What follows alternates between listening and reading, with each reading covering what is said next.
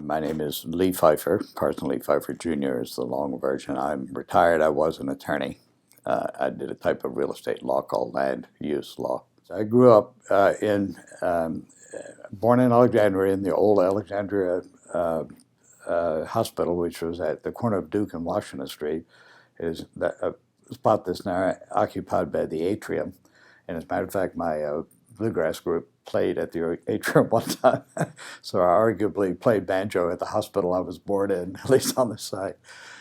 So we grew up, older sister and a younger sister, and we all they went to St. Agnes, I went to St. Stephen's, St. Agnes K through third, and then K through second, and then St. Stephen's after that. Very active in sports. We all went to Christ Church initially. My older sister wound up going to St. Paul's when she married and had a family. And so I have been in this area. My father moved here in 1933 as the only medical school trained surgeon at the time. The doctor who was here did surgery, but they simply didn't have that in medical school when that guy went through. He was the cutting edge element until Dad showed up. And so Alexandria is a community that is a pretty tight community, and when your father has done surgery on the majority of the population, people do recognize the last name, and that obviously is helpful. He apparently did a good job, so it was helpful. My mother is from Charlottesville, and just outside of Charlottesville, Greenwood, and I have very deep roots in Alexandria. My wife claims, who is from Tulsa, Oklahoma, that even a stick of dynamite would not blast me out of the city.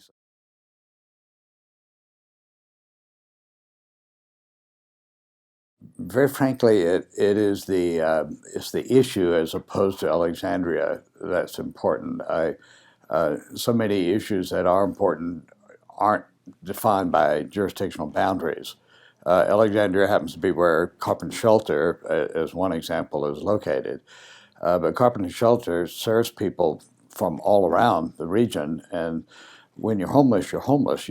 There's no jurisdiction that you live in by definition.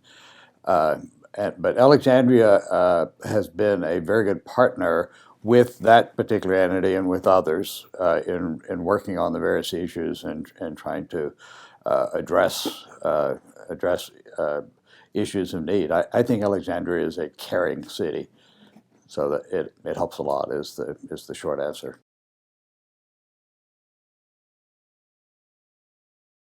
What inspires me to do what I do? I think it is a natural reaction to respond to perceived needs. As a matter of fact, we often say crying needs, and usually by that mean a need that is urgent or extreme or large. But I think what it also tells us is that we as humans respond to needs emotionally as well as intellectually and with all of our senses. I think we see, hear, feel. We feel it in our guts, in our hearts and stuff. So I think it's a very natural thing. And the flip side of that, it is also a very natural thing to feel good about trying to address a need and improve a situation some. So I think it's bred into people. I think they will tend to respond to a need when they see it.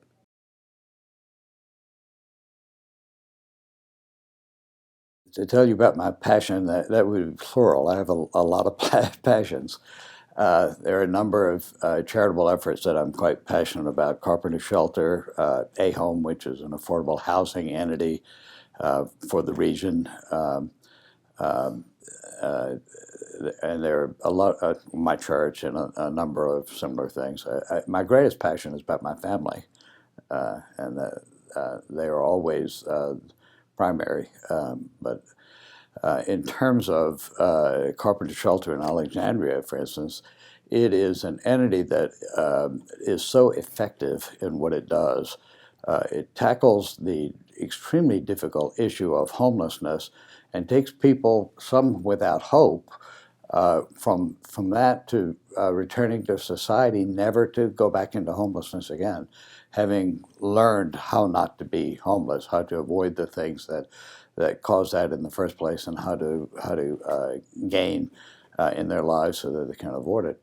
The statistics are, I love to repeat, because it has over a 90% success rate for people who go through the whole program, part of which is mandatory education, as well as a number of personally oriented training programs and educational programs. It is the shelter part is the physical part. That is not the part that really makes a difference. Is teaching people out of homelessness that really makes a difference, and Carpenters does that so well, and they are an easy passion as a result.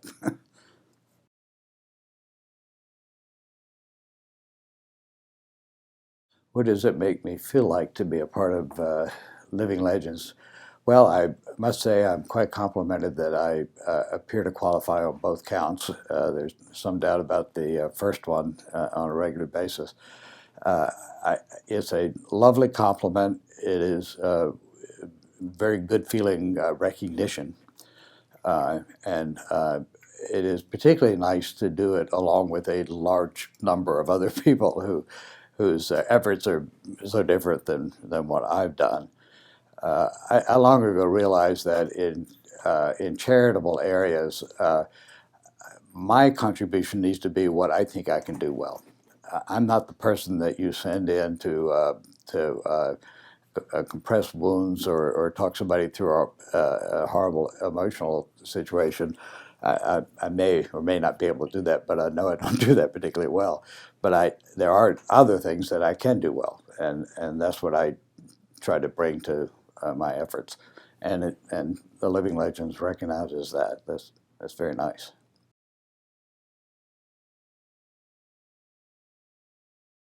What brought me to the issue of homelessness? Uh, Homelessness is a part of the array of housing that our society has. And yes, I have been a land use attorney and rezoning attorney, the more colloquial term, and have worked on numerous projects that provides housing and other things. Uh, but there are a couple of things that have had me focused on affordable housing and homelessness, which is just one step over from affordable housing. One is appreciating the value that I got from the various teachers at St. Stephen's School, where I went, initially St. Agnes and then St. Stephen's, the way it was set up then, and being so, I thought, positively influenced by them, but realizing that we as a society do this to our teachers. We give them our most cherished things in the world, our children, for most of their day, for them to prepare them to have good lives. We make them drive an hour and a half to get to a house they can afford. After they have taught, an hour and a half to drive to school. And when do they prepare? What do they, all that time on the road, it could be any direction. That seems so counterintuitive and illogical to me. It is also from a business point of view, and this is what I talk about with business organizations a lot. It is a very wise investment in the economy of our area to have a wide range of housing. So we have teachers and nurses and secretaries and all those places, all those jobs in places relatively nearby that they can live, as well as janitors and other blue collar professions. It is so short-sighted for us not to do that, as a matter of fact. But it takes a long time to produce affordable housing, and it takes a long time to work through it and have it a continuing basis. For homelessness, it's the same issue. We have teachers who are homeless, who, although they're working very hard, can't afford to live where they want. That's not a common statistic. That's not a great number by any means. But we as a society should be able to address the wide range of housing for all the people in need.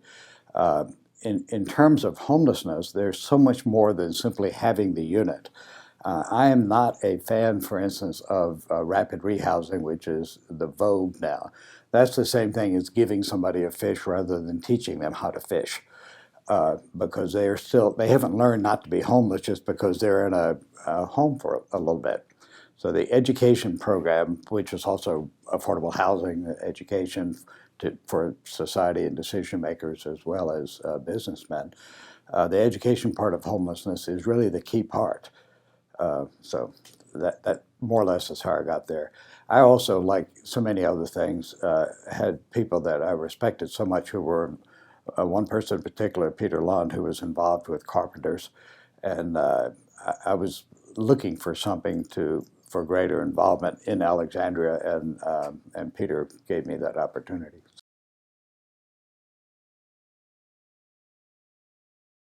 It is currently the largest homeless facility, and I always want to say homeless program because the shelter is only the physical part, and the program is the key to it.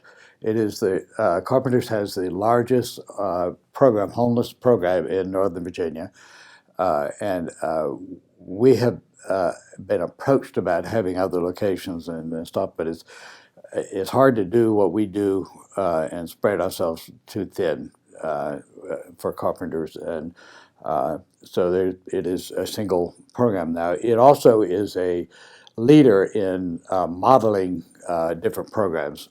Carpenters is a very entrepreneurial place. Every day they will try something. Somebody will try something new to see if it will work better. And as a result, Carpenters is a model for other homeless programs, not only here, not in Fairfax County, but nationwide.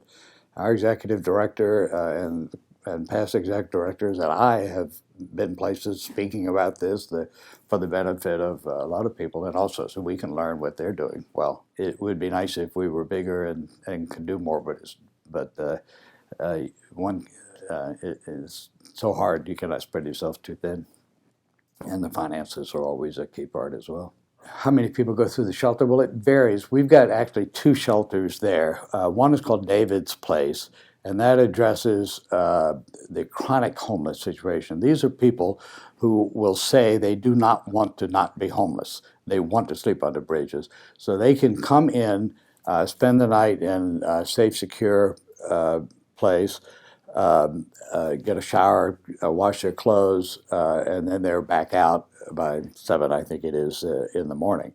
That's David's Place, and that varies a lot depending on how miserable the weather is, mostly, and that's also part of the hypothermia issue.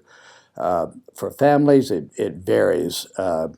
And I should be able to tell you off the top of my head, and I can't remember the recent scenarios, but we've got 80 beds, and that's usually a third families, a third or more single women, sometimes single women with children, and then what's left is single men. So, and that rotates about 3 to 6 months, depending. Families tend to be 6 months, and individuals are closer to 3. So, however that works out, I don't know the number currently. It's not as many as anybody would love to have, but at least we're effective. We actually end homelessness for a lot of people. Literally, actually, truthfully end homelessness. That's a wonderful thing to be able to say. And we also have, in terms of people coming back to the shelter and staying in contact, a number of our graduates will come back and speak at events, fundraising events often, to be physical examples of having gone from homelessness to being stable in society and having a full life.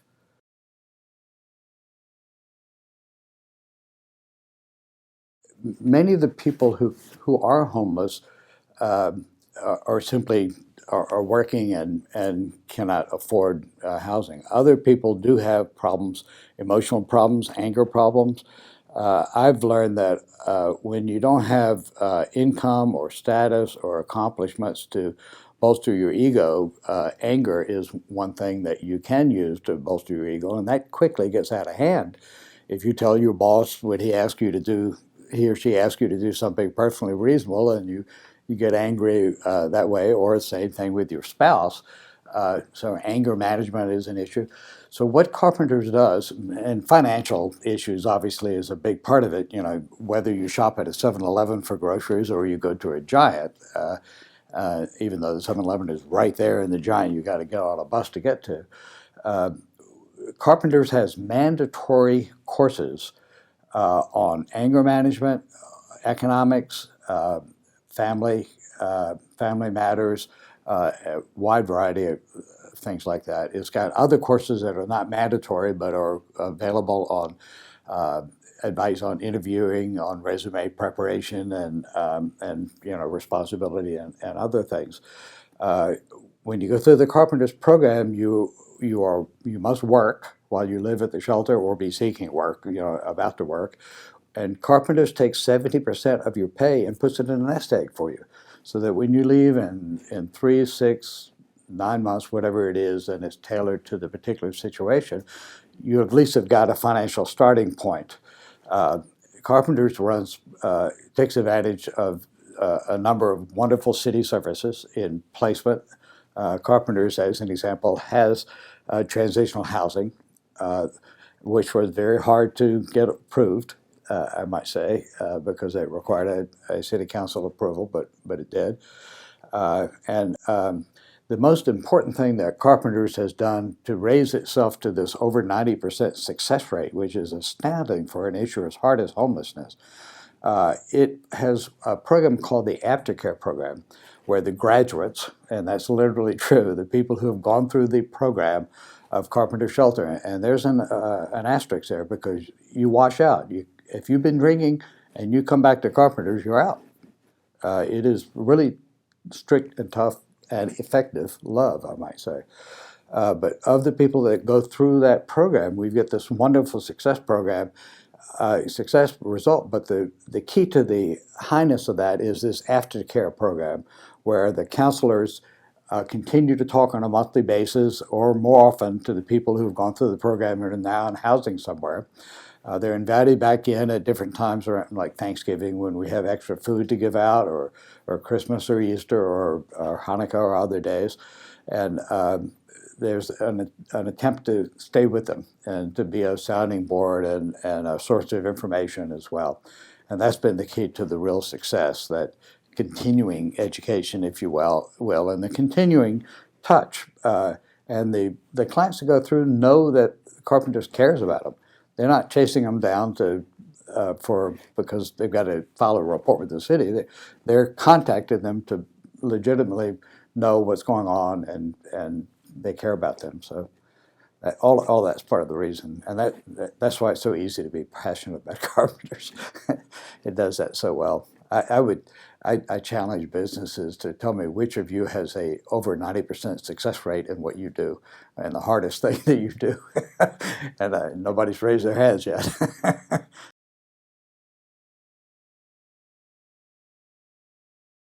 The question is, how do I deal with the fact that homeless shelters and homeless programs and similar charities often have a resistance from those who would live in the neighborhood where they would want to be located or are located, and the neighborhood grows up around them. That happens with a lot of entities as well. Uh, there's there's always the issue of understanding what's going on at Carpenter Shelter, as an example. There's a lovely example of it.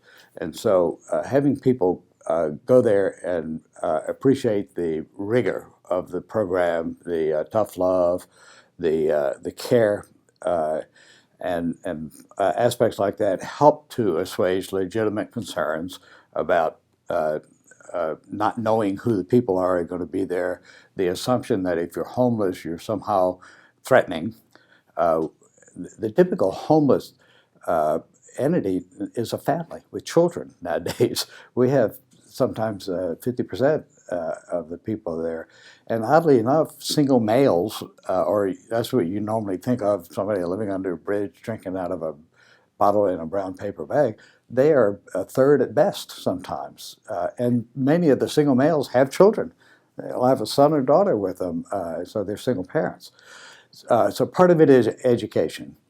Part of it also is dressing head on the fact that there will be some hypocrisy involved in it. I did a pro bono project for a home for the elderly in the middle of McLean, but it was to be a low and moderate, large portion of it. And I was once asked, how did you choose the location? And my response was, well, we found the largest number of hypocrites we could and put it right in the middle. But you have to realize that that is what you're dealing with. And most people are quite sincere in their concern. And the education part is so important, and how well it's run and responding to problems that do happen with everything. Um, so, but that's not easy. And one thing I was saying earlier, if a homeless shelter is there already and there are a couple of prime building lots around it, people will go there in a heartbeat. The developers will build and the people will live. If the prime high-rise are there first and the homeless shelter wants to come in, the world will end and all their values will go down, and that's what people think. Now, there's loads of statistics that address all of that. And a well-run entity like a homeless shelter does not lower family values, home values, by any means. And just the opposite, talking about family values, it gives families an opportunity to involve their entire family in a charitable effort that they might really enjoy doing, and feel very good about and learn some good life lessons. So. But that's not an easy issue by any means. That's always a difficult issue. And that extends the time so long to get approvals, because you have to be so patient and go slowly. And you have to work with the decision makers, obviously, and talk to them about the broader good to society, which is what they're supposed to be thinking about in addition to the voters who happen to live next door.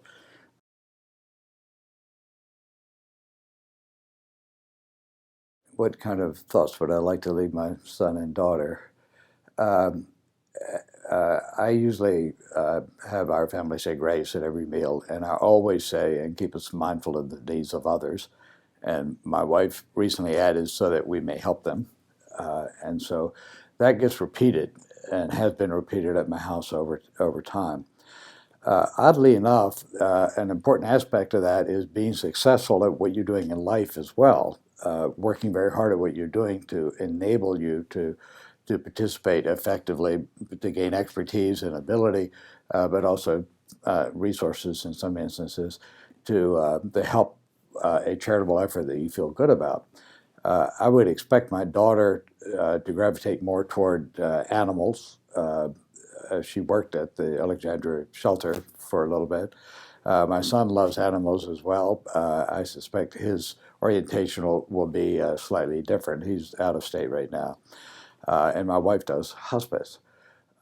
So it oddly enough, I think that it's not just having a passion for the needs that you perceive, but it's honing your abilities at work and elsewhere so that you are good at helping.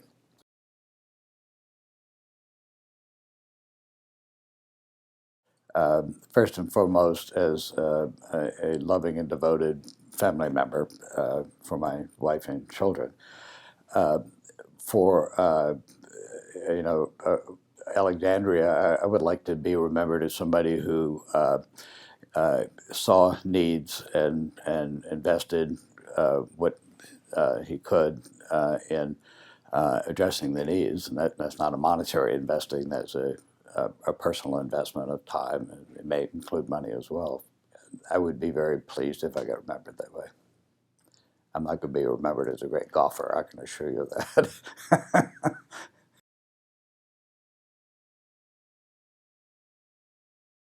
No, no, no. I had at one time I was the banjo player in an all lawyer bluegrass band, and we played down on in Market Square, and we played for a full house at the Fellini Center in Wolf Trap.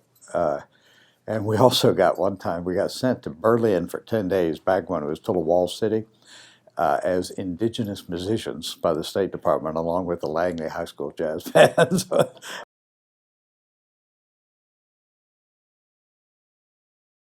What advice would I give others who want to make a positive difference? This comes up in a different way at different times at Carpenters when we're honoring volunteers. And I always like to tell a story. My son and I were having a discussion, and he was either in college or fresh out of college and was prepared to argue the other side of any issue, including what color the sky was. And he took the position that there is no such thing as an altruistic act because it always feels good. And my response is altruism should feel good. That encourages all of us to do that sort of thing. And you ought to feel good about feeling good. If you're feeling good, then you've made a positive difference, and that's what you set out to do in the first place.